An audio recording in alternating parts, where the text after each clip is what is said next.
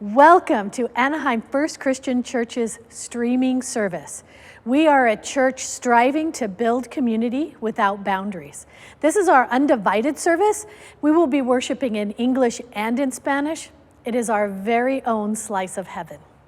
Make sure to have your communion elements ready to go. That way, when the communion slide comes on, you'll be ready to take communion. And finally, many of you know already that we are going to be having a firework booth. The funds will go to do repairs at the Harbor House. Most importantly, we need to staff the firework booth. What better way to hang out with our church family during this time when we can't meet together than helping in the firework booth? The sign-up genius was in my letter. It was a special link. If you are not comfortable following that link, then Wendy, our office manager, will be happy to help you. And now here's Sarah, the chairman of our missions committee, to share a bit about our missionaries. Hello, everyone. Over the past couple months, we've stayed in contact with our missionaries overseas. All of our missionaries are still in quarantine. Some of them are in complete lockdown, while others are able to leave during the day to go get food. Many of the small towns in their countries have had difficulties getting food down to them. The local churches have been reaching out to the communities to help and provide in those times. I know here it seems like nothing much with the coronavirus is really going on, but it is still deeply affecting our missionaries and people we care about in many countries all over the world.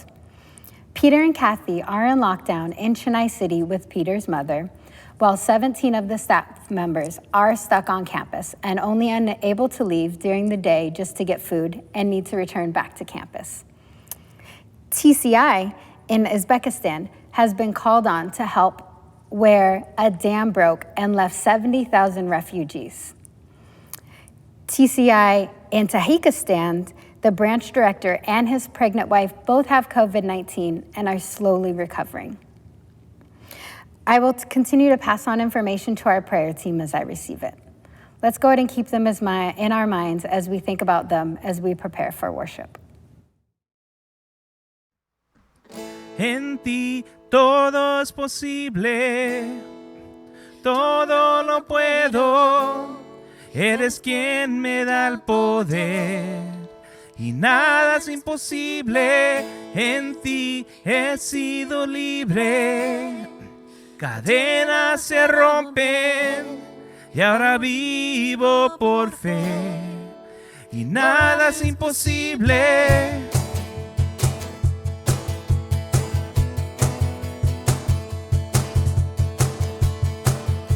Cantemos juntos, no voy a vivir por lo que sé. No voy a vivir por lo que sé. No voy a vivir por lo que siento.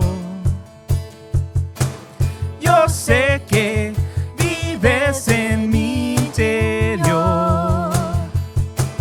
Mi fuerza y confianza pongo en ti. En ti todo es posible. Todo lo puedo. Eres quien me da el poder. Nada es imposible. En ti he sido libre. Cadenas se rompen. Ahora vivo por fe. Nada es imposible.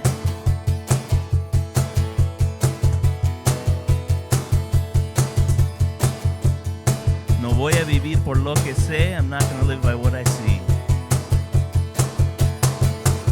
No voy a vivir por lo que sé.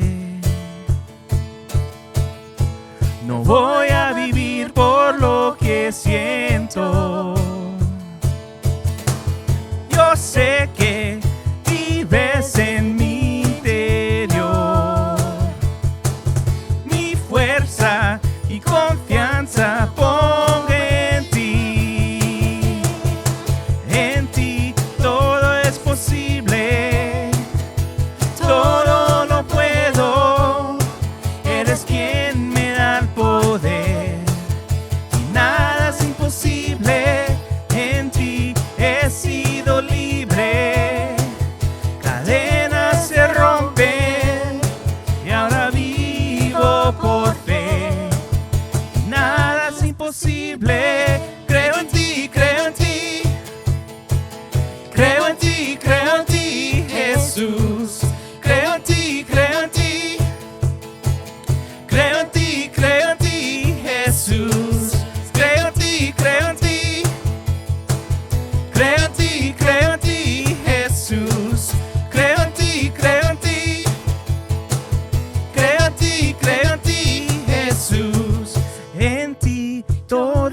imposible y todo lo puedo. Eres quien me da el poder y nada es imposible. En ti he sido libre. Cadenas se rompen, ahora vivo por fe. Nada es imposible, en ti todo es posible. Todo lo puedo, eres quien me da el poder. Y nada es imposible, en ti he sido libre. Cadenas se rompen, ahora vivo por fe. Nada es imposible. Y nada es imposible. Y nada es imposible.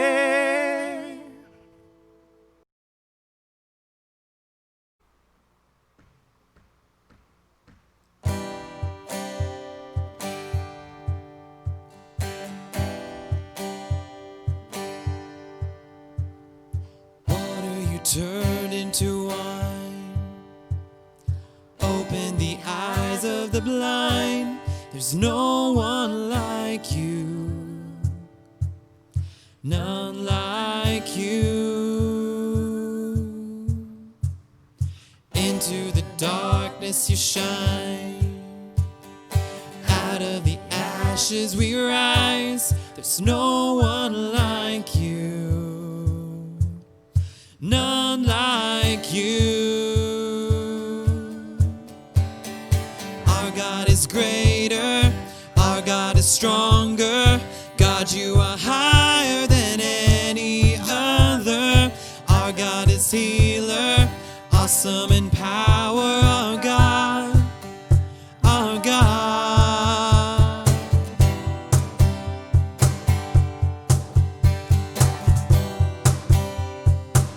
Brillas en la oscuridad, brillas en la oscuridad.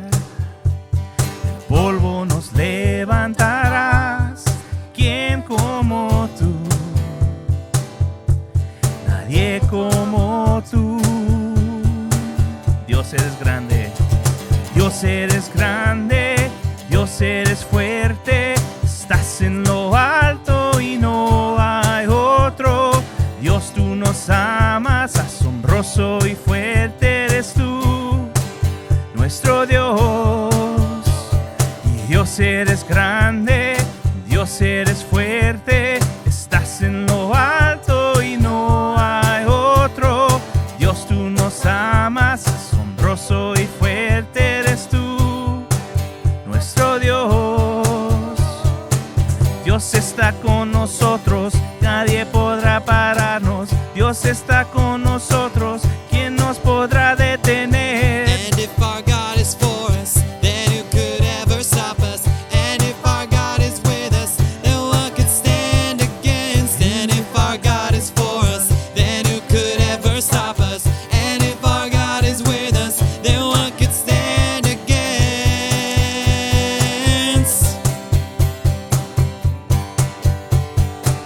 Then what could stand against?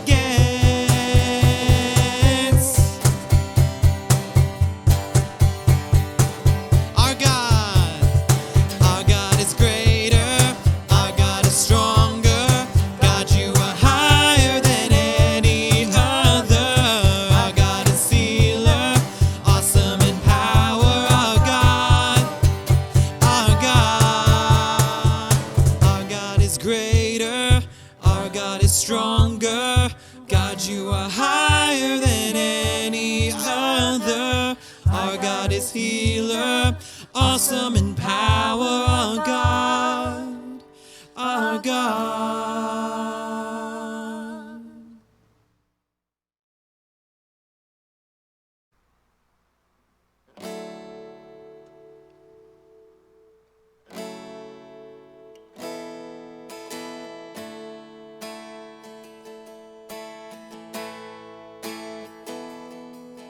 If my heart is overwhelmed cannot hear your voice, I'll hold on to what is true, though I cannot see.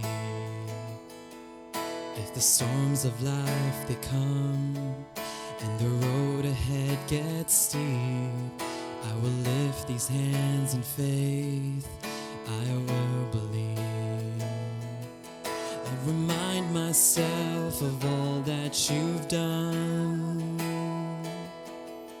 and the life I have because of your Son. Love came down and rescued me.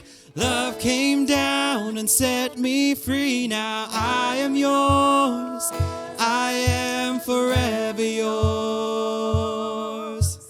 Mountain high or valley low, I sing out and remind my soul that I am yours. I am forever yours.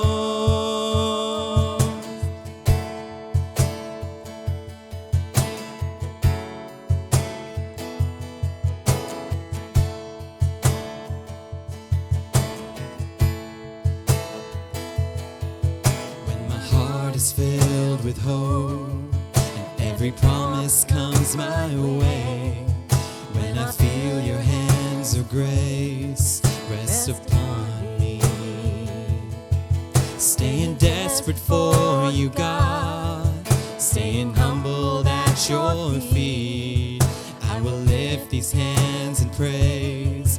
I will believe. I remind myself of all that you've done and the life I have because of your Son. Love came down and rescued me. Love came down and set me free. Now I am yours. I am forever yours. Mountain high or valley low, I sing out and remind my soul that I am yours. I am forever yours. I am yours. I am yours for all of my days. Jesus, I am yours. I am yours. I am yours for all of my days. Jesus, I am yours. Love came down and rescued me. Love came down and set me free. Now I am yours. I am forever yours. Love came down and rescued me. Love came down and set me free. Now I am yours. I am forever yours. Mountain high or valley low, I sing out and remind my soul that I am yours. I am forever yours. I am yours. I am yours for all of my days. Jesus, I am yours. I am yours. I am yours for all of my days. Jesus, I am yours.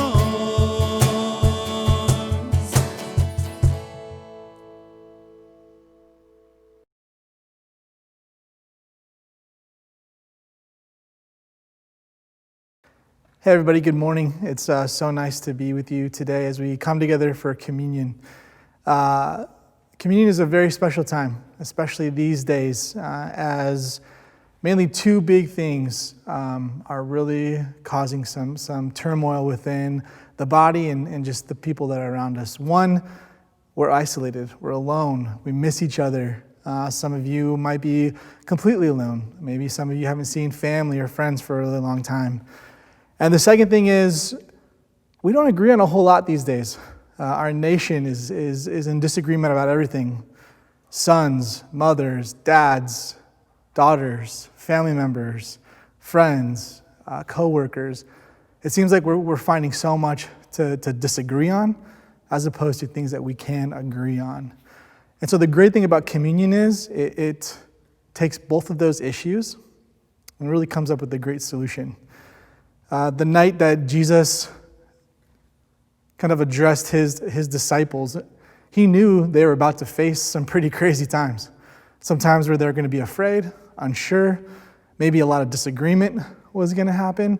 There was a lot of unknowns, and he knew that this was going to be important. And I'm thinking his vision saw past that night, past those times when the church started, past the early church, and to even right now, as a time that we can use communion to come together and unite because of Christ. So communion is defined as the sharing of or exchanging of intimate thoughts and feelings, especially when the exchange is on a mental or spiritual level. It's so important that we come together for communion because it's something that we share not only as a church, but as a community, as a city, as a state, as a country. In fact, ladies and gentlemen, today around the entire world, people are taking communion together. So if you can't feel that, take a moment to think about that. Take a moment to think about that in our loneliness, in our isolation. We're doing something that's massive right now. And I know you can't maybe see people around you, but feel the solidarity within that together today, throughout this world, people are coming together and remembering the sacrifice that Jesus had. And to take the second point, that's something that we can all agree on. We can all agree that Jesus died for our sins, and because of his sacrifice, we have eternal life. And it's in this moment that we can all agree on that. Maybe we have different political views and see things and feel things completely different, but in this moment during communion, we can agree. We can agree, and we can be united in that. So if you could go ahead and take your bread and your cup, as I do right now, and just repeat after me at home together. This is his body broken for me. Let's take it.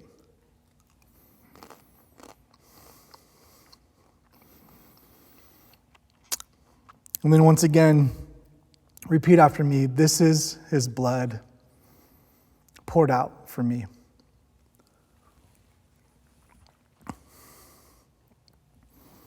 As we go into a time of prayer, I want to ask you just to reach out. If there's people next to you, grab a hand. Hold on to it tight. If there's people that aren't with you, if you're alone, maybe reach out your hand to the screen or reach out your hands to the side and think of those people. And hold each other and let's pray together. Heavenly Father, we thank you for the sacrifice that you made as part of this amazing plan you have for us. Today, we're struggling. Today, we're alone. Today, we're confused or afraid, anxious. So many things in this world, God, are creeping in on us. But today, we stand together. We stand united under Jesus' death. And because of that sacrifice, we have eternal life. So, Jesus, we thank you for what you've done for us. We unite under that truth, and we together carry on through this communion. It's in Jesus' name we pray. Amen. Thank you.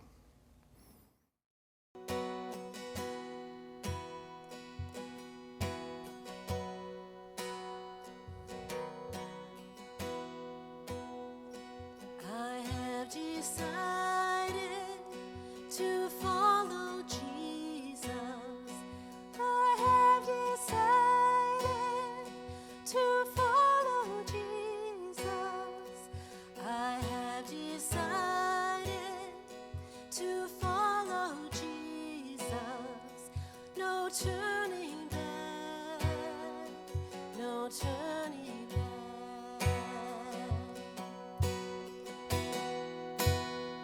Si otros vuelven, yo sigo a Cristo. Si otros vuelven, yo sigo a Cristo. Si otros vuelven, yo sigo a Cristo. No vuelvo atrás, no vuelvo atrás.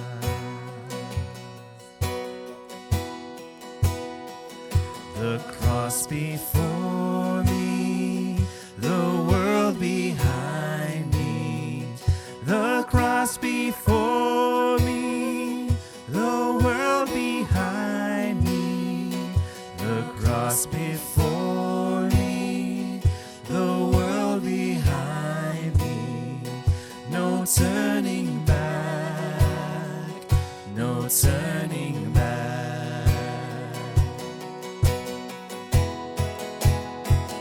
I have decided to follow Jesus. I have decided to follow Jesus.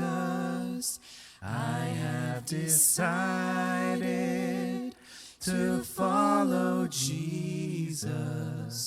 No turning back, no turning back. Confiando en el destino final, una vida sin carencia, parte 2. Bienvenidos a Anaheim First Christian Church y feliz Día del Padre. No, el mensaje, perdón, no va a ser un mensaje acerca del Día del Padre, ya que estamos continuando la segunda semana de una serie que comenzamos hablando acerca, perdón, de la vida sin carencia. Y en esta semana vamos a describir cómo David, que es el que está escribiendo este salmo, qué visión tiene de Dios. Y este salmo, este estudio del día de hoy, este mensaje, como que abraza en su totalidad lo que es este salmo. Hemos dicho o hablado acerca del punto de vista de Dios, que Dios existe en la abundancia y que para vivir en Él es vivir en una confianza de que esa abundancia es suficiente. También ese es un contraste en la manera como muchos de nosotros hemos sido endoctrinados y hemos sido como entrenados a ver el mundo a través de esta lente de carencia. Y esta lente dice lo siguiente, que lo que ves enfrente de ti es lo que hay. Así que tienes que almacenarlo, tienes que protegerlo, tienes que mantenerlo, porque si se te acaba vas a estar en problemas. Y pues nosotros lo hemos visto prácticamente en estos últimos tiempos, cómo la gente está desesperada tratando de almacenar cosas. Así que vimos estos dos puntos de vista radicales acerca del mundo y cómo uno se contradice o están en contra del otro. Y hablando acerca de cómo volver a recapacitarnos para no vivir en esa lente acerca de la vida vista a través de la carencia, sino que en lugar de eso, verlo a través de la abundancia. Había un pastor una vez que predicaba acerca de la abundancia del Señor y al final del servicio se acercó un feligrés para decirle que nunca le había sucedido lo que le había sucedido en ese momento, pero que era algo completamente irónico. Y le dijo lo siguiente: pasaste tu sermón hablando acerca de Dios y de la abundancia de Dios, y cuando tocó la comunión y cuando pasaron las copas, me percaté que la mía no tenía jugo. No había nada ahí, estaba completamente vacía. Durante este tiempo de alabanza, donde nosotros estamos conectándonos de una manera física y espiritual, de repente nosotros nos recordamos acerca de la abundancia de Dios, de ese amor tan abundante que tuvo con nosotros. Y durante ese mismo acto, de repente no había una abundancia de jugo de uva en mi vaso. Yo sé que la copa del Señor siempre está rebosante, pero en lugar de eso, no había nada. Y esto no solamente es una anécdota irónica, sino que es un retrato muy, muy bueno y una realidad de lo que muchas de las personas experimentan. Nosotros podemos hablar, cantar o leer acerca de la abundancia de Dios y la habilidad que Dios tiene de proveer en todas las circunstancias, pero no estoy seguro que pueda pagar la renta este mes. O mi amiga, que es madre soltera, le acaban de dar un diagnóstico donde dicen las palabras terminal y la frase menos de un año. O un esposo que abandona completamente a su familia. Y la realidad es que la experiencia puede parecer o aparentar una carencia, puede reflejar una falta de abundancia, puede mostrar un vaso no rebosante de un buen Dios que se supone que está rebosando con amor. Pero en lugar de esto, se siente como si nosotros hubiéramos tomado esa copita que estaba vacía. Así que a veces está esta tensión entre lo que nosotros decimos acerca de Dios y la experiencia que realmente vivimos, aún dentro del Señor. Así que para poder nosotros tomarle sentido a este Salmo 23, nosotros tenemos que empezar a analizarlo para poder nosotros tratar de encontrar el sentido. Porque ¿qué tal si nosotros tenemos un entendimiento falso acerca de lo que una vida sin carencia significa? Y puede ser que estemos malinterpretando lo que es experimentar una vida dentro de la abundancia de Dios. Así que durante las siguientes semanas, lo que vamos a hacer es que vamos como a desempaquetar estas primeras líneas del Salmo 23 que nos van a ayudar a entender lo que significa y cómo podemos visualizar esta vida sin carencia. Así que el día de hoy vamos a comenzar analizando la primera frase, esta primera línea del Salmo 23, y dice lo siguiente: el Señor es mi pastor, nada me faltará. Salmos 23:1. Comienza con las palabras, el Señor es mi pastor. Así que hablar estas palabras acerca de Dios tiene sus implicaciones. Estas implicaciones son acerca del rol que Dios juega en mi vida. Y tiene esta implicación de las expectativas que yo tengo acerca de Él. Hay una anécdota de una persona que salió, que quería ir a conocer el Gran Cañón, a acampar ahí en el Gran Cañón, y estaba manejando, pero se le hizo tarde, tenía sueño, entonces decidió orillarse y buscar en su teléfono un lugar donde pudiera acampar de manera gratuita. Entonces encontró un lugar y se salió de la carretera, se fue a este lugar y acampó. Estaba tan cansado que quedó dormido y se despertó temprano en la mañana con la sorpresa de que estaba rodeado de cientos, si no de miles de ovejas que estaban pastando ahí donde él estaba. Así que este hombre fascinado se sentó y comenzó a observar lo que estaba sucediendo y se dio cuenta que había solamente un pastor con su perro para todas esas ovejas. Y así de rápido como aparecieron, así de rápido desaparecieron. Y fue algo interesante ver la interacción entre el pastor y sus ovejas. A donde quiera que iba el pastor, lo seguían sus ovejas. Y ellos no tenían preguntas existenciales como, oye, ¿por qué no nos llevas a un lugar donde haya mejor pasto? O porque, mira, ya que el pasto está más verde, ¿por qué no nos llevas para allá? O no estaban molestos porque había otras ovejas tal vez que estaban pastando ahí, y mucho menos estaban molestos porque había un hombre acostándose arriba de su comida.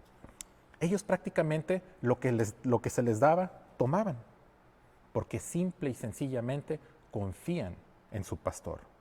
Ellos confían que a donde quiera que el pastor los va a llevar, va a ser el lugar donde ellos necesitan estar. Y donde quiera que el pastor los mueve, es porque es tiempo para ellos de moverse hacia esa dirección. El decir el Señor es mi pastor es decir que confío en Él y confío a donde Él me está guiando. Es decir, que Dios es bueno y que Él opera de esa bondad. Y que Él es Dios el que voluntariamente se dio a sí mismo por el bien del pueblo. Que Él no hace las cosas de un punto de vista personal, de vanagloria o por cuestiones que son egoístas, sino que lo hace con el propósito de cuidar, de amar a su pueblo.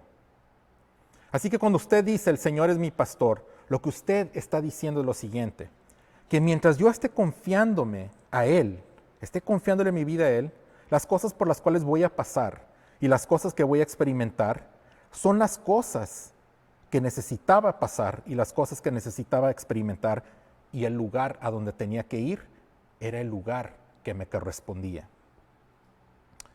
Y esas son las interacciones, o el hablar de las interacciones que yo tengo con Dios, siempre van a involucrar Él operando de la bondad de su corazón, ya que Él se dio voluntariamente a nosotros, así que nosotros también voluntariamente nos rendimos, confiados en Él. Nosotros confiamos en Dios independientemente de lo que haga o lo que no haga. A veces que nosotros queremos que Dios haga una cosa y no lo hace. Aún en esos momentos tenemos que confiar en Dios. Pero desgraciadamente nosotros a menudo, no es que nosotros no confiamos en Dios de esa manera. Y hay una manera tal vez muy simple de ejemplificarlo, en cómo nosotros tenemos la tendencia de creer en Dios o de confiar en Él. Confiamos en Él como si fuera un chofer de Uber o de Lyft. Cuando nosotros llamamos de nuestro teléfono a un Uber o un Lyft, lo que hacemos es que ponemos la dirección en nuestro teléfono, ponemos nuestro destino final y luego viene esta persona, nos recoge y confiamos en que este chofer nos va a llevar al destino final que le hemos dicho. Pero nuestra confianza se extiende única y exclusivamente si este chofer nos lleva al destino que nosotros queremos. Hay otra manera que nosotros podemos confiar y lo podemos ejemplificar con una persona, una situación que ocurrió hace unos años con un pastor que fue a la República Dominicana. Se le invitó para dar un estudio, una serie de conferencias, no estoy muy seguro, y la iglesia se llamaba El Círculo. Y ellos habían pagado el boleto de este pastor para que volara un fin de semana y enseñara en un instituto bíblico. Y mientras el avión estaba descendiendo a la capital, que es Santo Domingo, de repente el pastor tuvo esta como realización, dijo que no tenía idea de cómo iba a llegar del aeropuerto a su destino. No había pensado en eso y no tenía idea dónde se iba a quedar. La única cosa que él sabía es que el pastor de la iglesia le había dicho, nosotros nos vamos a encargar de ti. Así que cuando él aterrizó el avión, tenía un mensaje de texto con una fotografía de la persona que lo iba a recoger del aeropuerto, el que sería su chofer. Así que cuando él vio a esta persona, se subió al vehículo, se subió al carro y simplemente el carro arrancó. El pastor no tenía idea hacia dónde iba y por fin le preguntó, ¿tiene usted idea dónde me voy a quedar? Y la persona le dijo, ¿has conocido al hermano Luis? Porque tú te vas a estar quedando en su casa. Este pastor nunca había conocido al mentado Luis. Pero esta es una experiencia interesante porque a través de todo eso, en ningún momento el pastor se sintió preocupado o angustiado de a dónde iba a ir y dónde se iba a quedar, dónde iba a dormir. Y la razón por la cual no se había preocupado o no estaba consternado, y ni siquiera tal vez le pasó por la mente antes de volar hacia ese país, es porque había confiado en el pastor que lo había invitado. No es que fuera una persona que no tuviera cuidado o que fuera irresponsable, sino que confiaba en este pastor que lo invitó para que viniera a enseñar en su instituto bíblico. Él le había depositado su confianza en él. Así que no tenía por qué preocuparse dónde iba a acabar o dónde iba a dormir, porque él confiaba en la persona que había organizado todo esto. Y a esto es a lo que me refiero cuando decimos que el Señor es mi pastor. Es una declaración de que nosotros nos entregamos completamente y confiamos en Dios. Donde yo confío en que Dios, de cierta manera, va a proveer nuestro destino, el resultado final y cómo nosotros llegamos ahí. La realidad de las cosas, después de haber dicho todo esto, es que en realidad nosotros tendemos a confiar más en Dios como ese chofer del Uber. Siempre y cuando me llegue al destino que yo quiero, está bien. Aunque haya unos recovecos en el camino, aunque se desvíe un poquito, yo sé el destino a donde voy, yo tengo eso bajo control y mientras me lleve hacia ese destino, estoy bien. Mientras y tanto yo reciba el trabajo por el cual he estado orando tanto tiempo, la promoción por la cual yo he estado tantos años, tantos meses orando, está bien, voy a confiar en Dios. Siempre y cuando vaya a la universidad que yo escogí, que Dios permita que yo vaya a esta universidad, entonces está bien depositar mi confianza en Dios. Siempre y cuando me case con la persona que yo quiero y vivir la vida que yo imaginé para mí mismo, estoy contento. Siempre y cuando yo esté feliz, saludable, que tenga una buena cuenta bancaria, entonces estoy bien con las dificultades o los recovecos inesperados de la vida. porque sé a dónde voy, sé al lugar que yo quiero ir. Pero aquí es donde nosotros nos molestamos y nos frustramos. Cuando nuestro destino no es el cual nosotros planeamos. ¿Qué sucede entonces? Cuando nos damos cuenta que confiamos en Dios siempre y cuando Él me haya llevado al destino predestinado que yo quería. Y es por eso que este salmo, que abraza esta visión mundial, que dice que Dios es un Dios de abundancia y que confiar en Él es vivir en Él y vivir en esa abundancia. Lo que este salmo está abriendo con esta declaración es que efectivamente el Señor es nuestro pastor. Y confiamos que Dios va a cuidar de nosotros de la misma manera como un pastor cuida de sus ovejas. Este requiere una confianza un poco distinta, una fe un poco distinta. Cuando nosotros hablamos de poner o depositar nuestra fe en Dios, esto es lo que nosotros estamos diciendo. A veces, una mejor palabra para describir esta fe es decir confianza. Porque por lo regular esto es lo que significa en el Nuevo Testamento o así se aplica. A veces la manera como usamos la palabra fe, que decimos tienes fe en Dios, lo que realmente estamos queriendo decir es acerca de una creencia. ¿Crees realmente en Dios? Yo lo he dicho en varias ocasiones que hay una diferencia entre creer en Dios y creerle a Dios. ¿Crees que Jesús realmente vivió? ¿Crees que realmente murió y resucitó de los muertos? Y esas cosas vienen con la fe, pero eso no es lo que es la fe en sí. Tener fe en algo es confiar en ello. Y eso no necesariamente tiene que ser algo que tenga que involucrar algo supersticioso o misterioso. Muchas veces la fe y la duda pueden ir sentados uno al otro, sentados al lado el uno al otro, porque puedes tú confiar en ello, en una cosa, mientras que tú tengas dudas acerca de eso. Hay otro ejemplo que vamos a usar de una señora en una iglesia, ya un poco más grande de edad, una de las ancianas de la iglesia.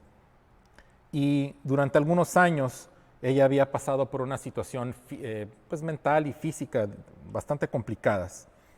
Y ella no solamente estaba experimentando esto en su propia vida, sino que también las situaciones y circunstancias que la rodeaban con su familia eran difíciles. Su hijo, por ejemplo, estaba también teniendo problemas médicos.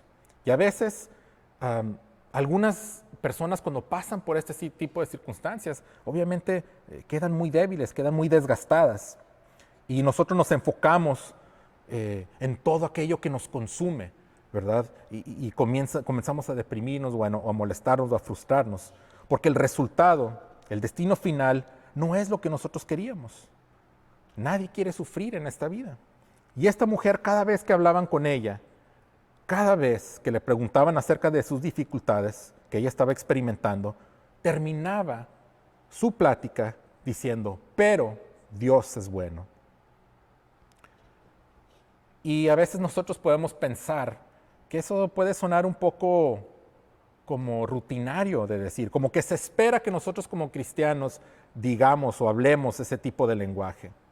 Es como estar diciendo algo aunque realmente no lo creas o aunque realmente no sientes decirlo. Y se siente un poco falso a veces, ¿verdad? Pero con esta mujer no era así. Y venía de más bien como de un lugar de una profundidad, de una experiencia que ella había tenido con Dios a lo largo de su vida. Donde ella había vivido el tiempo suficiente dentro del Señor, en el Señor.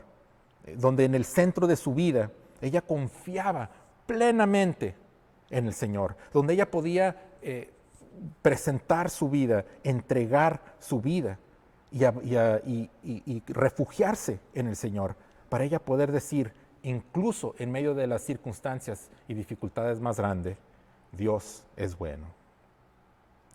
Así que eso es lo que significa decir el Señor es mi pastor.